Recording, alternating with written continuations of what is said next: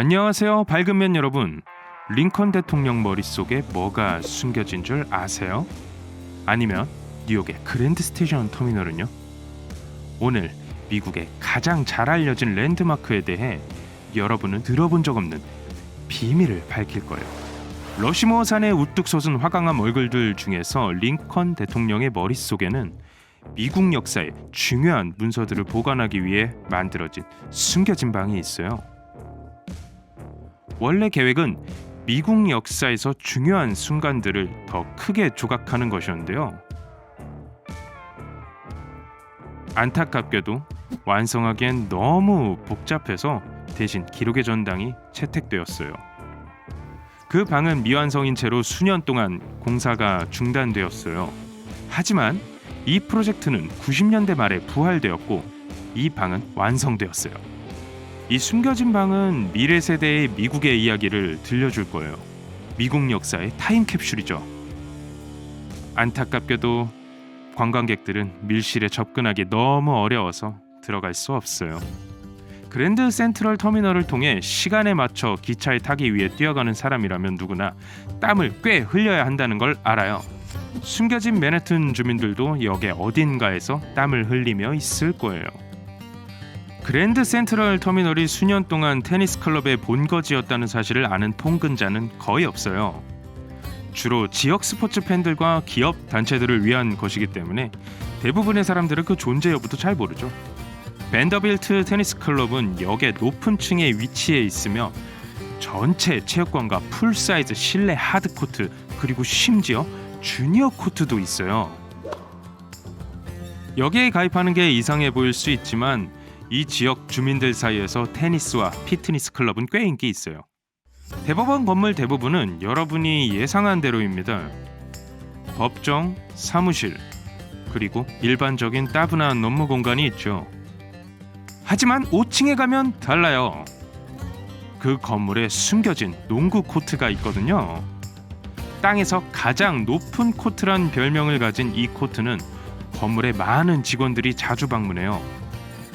처음에 이 방은 창고로 설계되었지만 몇몇 사람들이 테니스 경기 연습을 위해 임시 코트로 바꾸기 시작했어요. 그게 유행을 타다가 결국엔 오늘날 우리가 알고 있는 농구 코트로 바뀌었어요. 나이아가라 폭포의 가장 매력적인 것 중 하나가 자연스레 떨어지는 물이 어떻게 에너지를 생성하는 데 쓰이는가인데요. 폭포가 얼고 그 얼음 때문에 여러 번 천천히 흐르거나 심지어 멈춘 적이 있어요. 폭포에 대해 잘 알려지지 않은 비밀이 있는데 폭포가 멈춰질 수 있다는 거예요. 나이아가라 폭포, 그리고 1969년 미국 육군 공병들이 바로 그렇게 했었어요.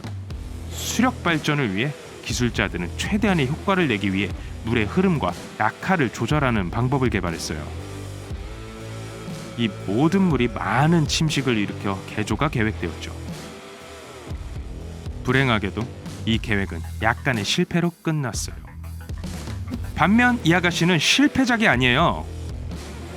아이콘이자 희망의 상징, 알아보는 사람이 세상에서 제일 많은 인물, 그리고 879 사이즈의 신을 신고 있죠. 자유의 여신상은 미국과 세계에서 가장 인지도가 높은 건물 중 하나예요.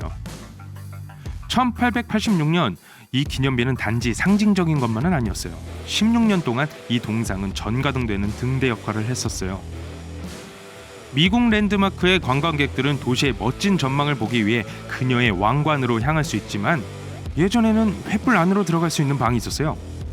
불행히도 성화실로 가는 사다리가 근처 폭발의 충격으로 파손되어 1916년부터 오늘까지 성화실로 들어갈 수 없게 되었죠. 그리고 그 이후론 방문객들은 그곳에 가지 못하게 됐죠. 브루클린 다리의 건설이 처음 시작됐을 때 기술자들은 두 가지 중요한 문제에 직면했어요. 도시에는 프로젝트 전체를 지불할 돈이 충분치 않았고 지역 와이너리들은 건설 경로 밖으로의 이주를 거부하고 있었죠. 기술자들은 이 두 가지 문제에 대해 좋은 해결책을 찾아냈어요. 와인 창고를 지어 여분의 창고를 필요로 하는 지역 업체에게 임대해서 다리 자금을 대는 걸 도왔죠. 이건 사실 다리에 자금을 마련하기 위한 꽤 천재적인 접근법이었어요. 오늘날 뉴욕시가 지하 저장실의 소유권을 가져갔고 동굴의 본래 기능을 없애버렸어요. 지금은 주로 사용되지 않고 유지 보수 장비로 가득 차 있죠. 디즈니랜드는 빠르게 미국에서 가장 유명한 랜드마크 중 하나가 되었어요. 열혈 팬들은 자신들이 이 공원의 모든 비밀을 알고 있다고 생각할 수도 있지만 어떤 것들은 정기적으로 공원을 방문하는 사람들을 놀라게 할 수 있어요. 디즈니랜드의 뉴올리언스 광장에 있는 표시 없는 문 뒤에 숨겨진 클럽 33이라고 불리는 고급스럽고 비싼 레스토랑을 발견할 수 있어요. 다음 휴가 때 여기서 식사하는 게 할 일 목록에 있다면 지금 바로 돈을 모으는 게 좋을 거예요. 가입하는데 약 3천만 원으로 조금 비싼 데다가 연회비가 1,500만 원이에요. 만약 클럽 33에 가입 못한 걸 잘못했다는 생각이 든다면 이게 여러분들을 기운나게 할 거예요. 대기자 명단은 14년까지 걸릴 수 있고 심지어 월트 디즈니 본인도 그곳에 못 가봤어요. 금문교는 한때 세계에서 가장 긴 현수교였어요. 이 눈길을 끄는 2.7km 길이의 공학의 위협은 1937년에 완성되었어요. 많은 사람들이 다리에 페인트 칠을 계속하고 있다는 건 알지만 빨간색으로 보이는 그 페인트 색이 사실 인터내셔널 오렌지라고 불리는 걸 알고 있나요? 흥미롭게도 이 색은 그냥 프라이머에 불과했는데 짙은 안개 속에서도 꽤나 잘 보이는 걸로 드러났죠. 다리의 원래 색은 지나가는 배들의 시야를 극대화하기 위해 검은색의 노란 줄무늬가 제한되었었죠. 제 생각엔 최악의 조합인 것 같은데요. 링컨 기념관을 방문한 대부분의 사람들은 반사의 연못 크기와 경관에 경외심을 느껴요. 어떤 사람들은 벽에 새겨진 유명한 오타를 찾는데 모든 에너지를 소비하기도 하죠. 영어로 미래에 대한 큰 희망이라는 줄의 조각가가 퓨처의 철자를 지는 F가 아닌 E로 잘못 새겼어요. 네, 다시 채워버렸지만 오타는 그대로 보여요. 세인트루이스시를 보기 위해 게이트웨이 아치를 방문하는 건 과거를 돌아보는 것과 같아요. 대부분의 방문객들은 이 아치가 그 건축을 다시 볼 수 있는 기회를 제공하고 있다는 걸 모르고 있어요. 지진과 강풍을 견디도록 만들어진 이 아치는 강한 바람에도 0.5m 정도 움직이고 구부러질 수 있어요. 아치는 192m 높이로 미국에서 가장 높은 국가기념물이에요.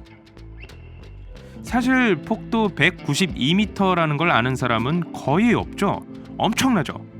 이 굉장한 건축물의 가장 특이한 점은 건물 자체의 이야기뿐 아니라 60만 명이 넘는 세인트루이스 사람들의 이야기가 담겨 있다는 거예요.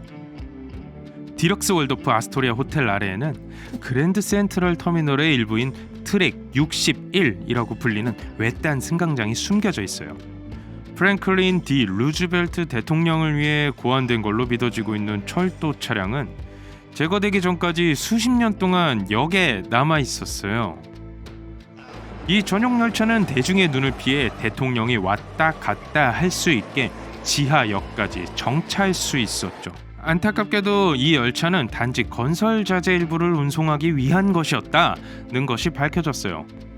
대통령을 수송하는 것만큼 멋지진 않네요. 자유의 종은 역사상 가장 유명한 수리 작업을 했죠. 사실 수리 작업을 잘 못했죠. 종은 처음 받았을 때 테스트되어 쪼개지고 수리되었어요. 그리고 거기서부터 더 심해졌어요. 거의 90년간의 사용 후 1840년대에 자유의 종에 작은 균열이 생겨났어요. 1846년 필라델피아시가 그 종을 수리하려 했을 때 금속공들이 사실 그 균열을 더 커지게 만들었어요. 종의 기존에 있던 파열된 부분을 복구하려는 시도가 있었지만 복구할 수 없을 정도로 균열이 일어났어요. 이 일이 있은 후 종은 영원히 못 쓰게 되었어요. 오늘날 우리가 보고 있는 종은 사실 복제품이에요. 오늘날 살아있는 사람 중 진짜 원래의 종소리를 들어본 사람은 없어요. 오늘은 여기까지입니다. 자, 여러분 기억하세요. 밝은 명과 매일 새로운 걸 배워봅시다.